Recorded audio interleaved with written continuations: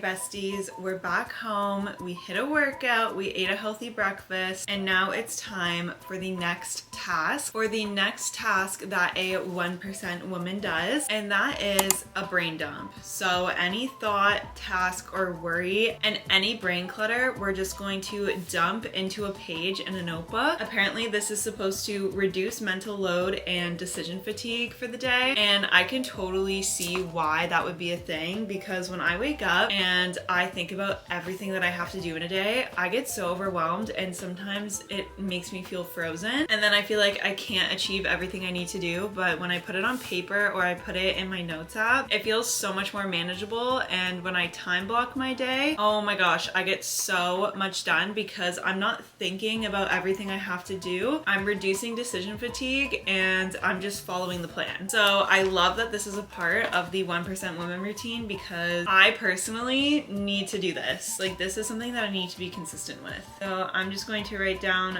brain dumpy, and then we are going to write down just literally any thought that comes to mind.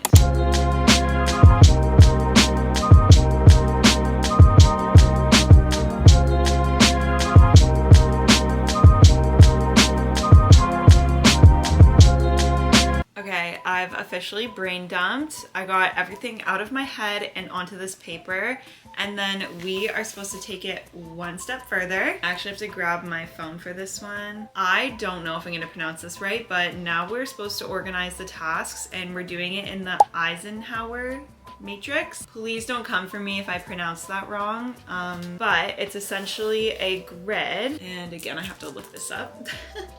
So we draw a 4 square, and then we label it as urgent, not urgent. On the sides here we label important and then not important. All the tasks that you wrote down you organize into this graph so that you know how to prioritize your day moving forward. And again, the point of this is to just reduce decision fatigue and make sure that you get everything that you absolutely need to get done, and then anything that's like not important or urgent, if you get it done, it's like a little added bonus.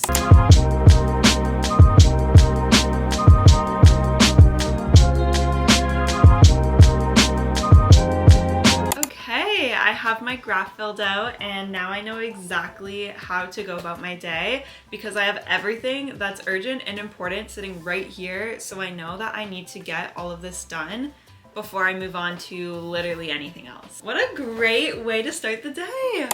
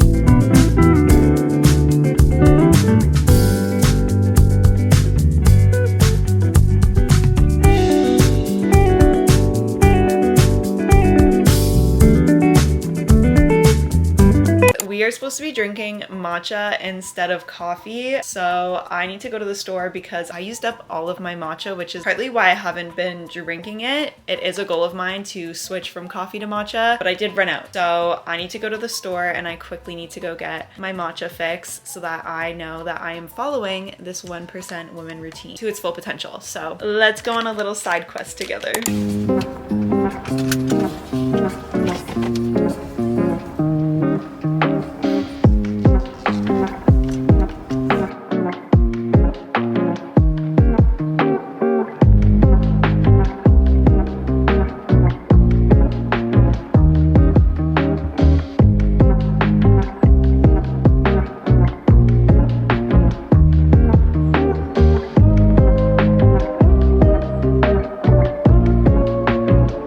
We secured the goods.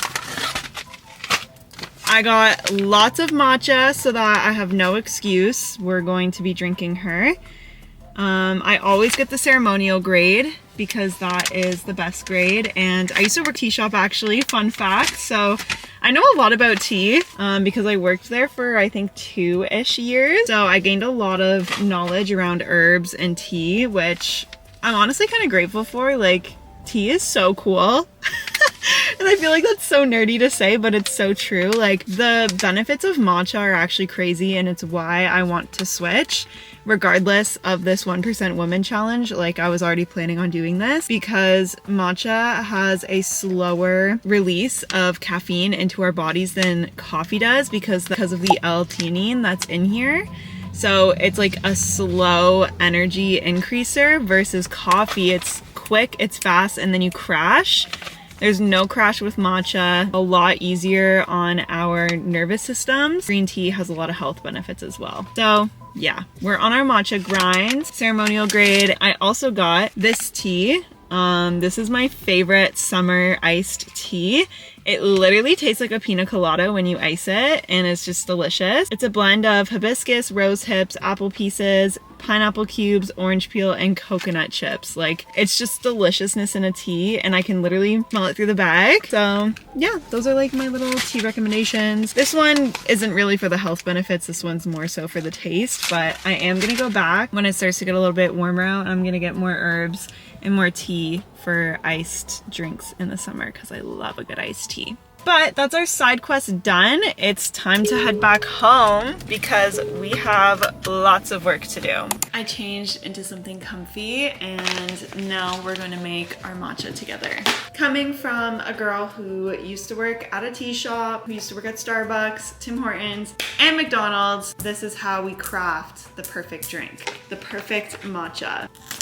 I put like a tablespoon, so way more than the recommended amount because I like my matcha strong. We're making it iced today, and fun fact, something that a lot of people don't know is that when you're making an iced matcha, you don't actually need to boil water to make it.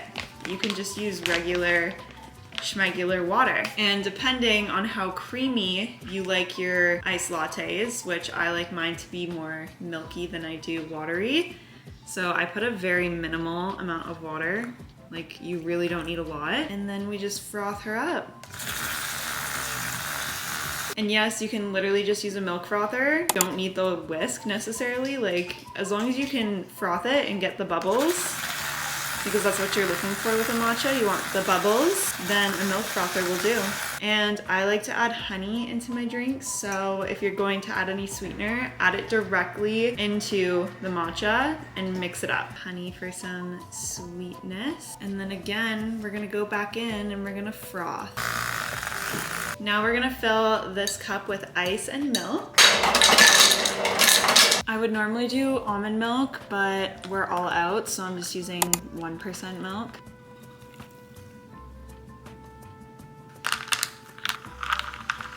And since we didn't use any hot water, it won't get watered down because it's all cold. And that is how you make, in my opinion, the perfect matcha. Okay, besties, we have our matcha.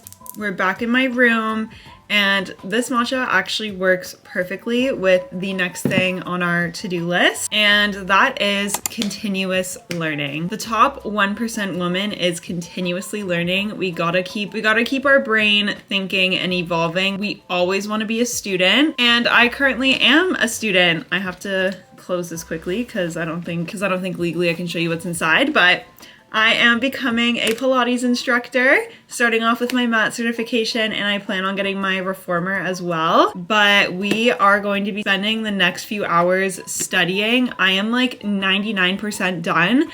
I am so excited. I cannot wait to start teaching, and I'm going to be offering online classes and programs as well, so stay tuned for that, bestie. And the YouTube fam is the only social platform that knows about that, so announcement is coming soon on my Instagram and TikTok. But the reason why we want to be continuously learning is because it boosts cognitive flexibility, promotes neuroplasticity, aka we become more resilient and break the cycle of mindless doom scrolling. We want to make sure we have a proactive mindset instead of not using our brains to think and process and learn. Brain health is so important, so yeah, always think like a student. Let's lock in. And matcha helps you focus, so drink your matcha while you do your learning, while you study. It'll help you zone in and focus more. I'm currently learning like all the different exercises in Pilates.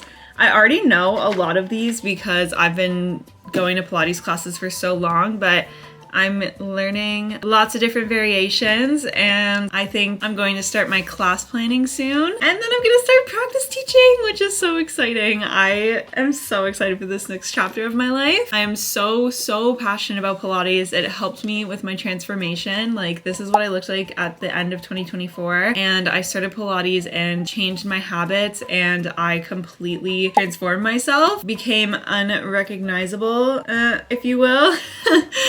And Pilates played a huge role in that. So I am very excited to be able to share that passion and knowledge with you guys once the time is right, which is very, very soon. Let's get studying. So try to keep that.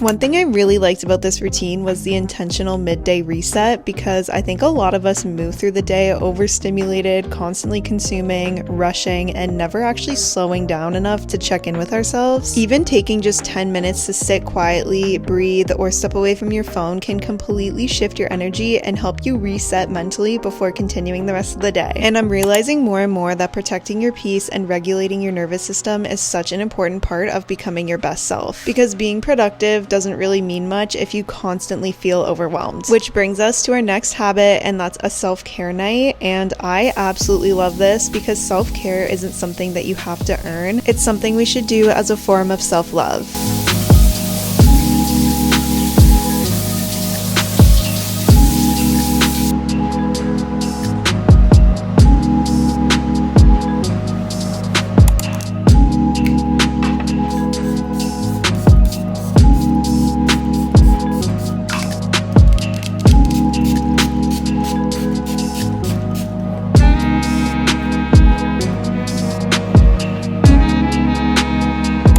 Coming up towards the end of the night. It is currently 6 p.m. and I like to try to be ready and in bed for 9 p.m. Honestly, I feel really good after today. I feel like I understand the top 1% woman routine, but I can also see how this routine might only be possible for people who either work from home, work for themselves, or do this routine on a day off, because there are quite a lot of steps to it. It might be hard to get in every single one of these habits, but I highly recommend trying this routine on a day off if you can, because I genuinely feel so reset.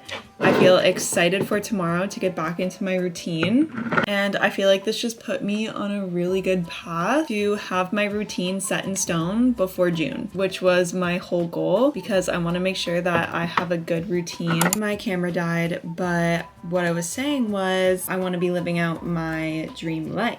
which if you guys have been watching my series, I've been posting it on Instagram, TikTok, and here on YouTube. Thank you so much for all the love and support. Like, it's actually been overwhelming and in such a good way. 2024 and 2025 were really hard years for me, and in 2026 I decided to make a promise to myself that I was done playing small and I was done doubting myself, and I was gonna put myself first and take chances on myself and actually go after what I want. So the love and support means more than you guys will ever know. I'm currently in between jobs, studying to become a Pilates instructor, living with my parents. Like, everything just feels so out of my control and up in the air right now. And I've never felt more uncertain, but certain at the same time. So yeah, the support genuinely means the world, and fingers crossed, we will build our dream life. And in my dream life, I'm a certified Pilates instructor, teaching on the beach, rooted in my routine, eating healthy and good food, living my best life, a full-time YouTuber, and living somewhere warm. Heavy on living somewhere warm. Anyways, I'm gonna stop yapping because I could yap forever. But we are not done our top 1% woman routine just yet. The very last thing that is recommended to do is to stop working. Shut off your brain, connect with yourself, connect with the people around you. I'm going to make a tea and then we're gonna log off for the day. This is probably one of the hardest things that I'll have to do in this routine because my brain literally never stops. I'm constantly thinking about what I have to do next. And when I'm not working, I'm thinking about working. My brain is constantly thinking about content ideas, edits I have to do, my Pilates career, like so much. My brain just like doesn't stop. So this is probably gonna be the hardest part for me, but I'm gonna follow it because we committed to doing this today.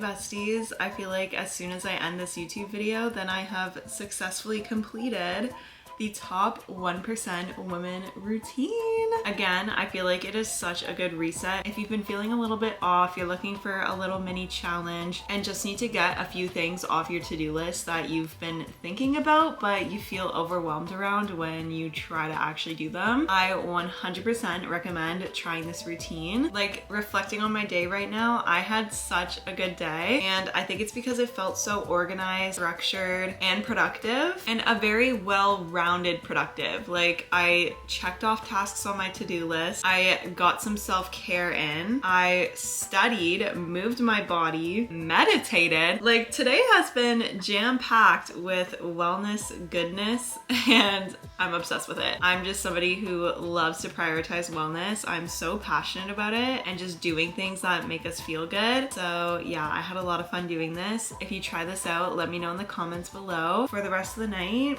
I'm gonna throw on Netflix. I'm gonna watch Love is Blind, the UK version, because I finished watching Love is Blind US, and I don't know, I just love that show. So I'm gonna watch the UK one and see if it's any good.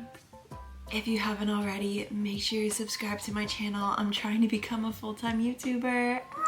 Good night, besties.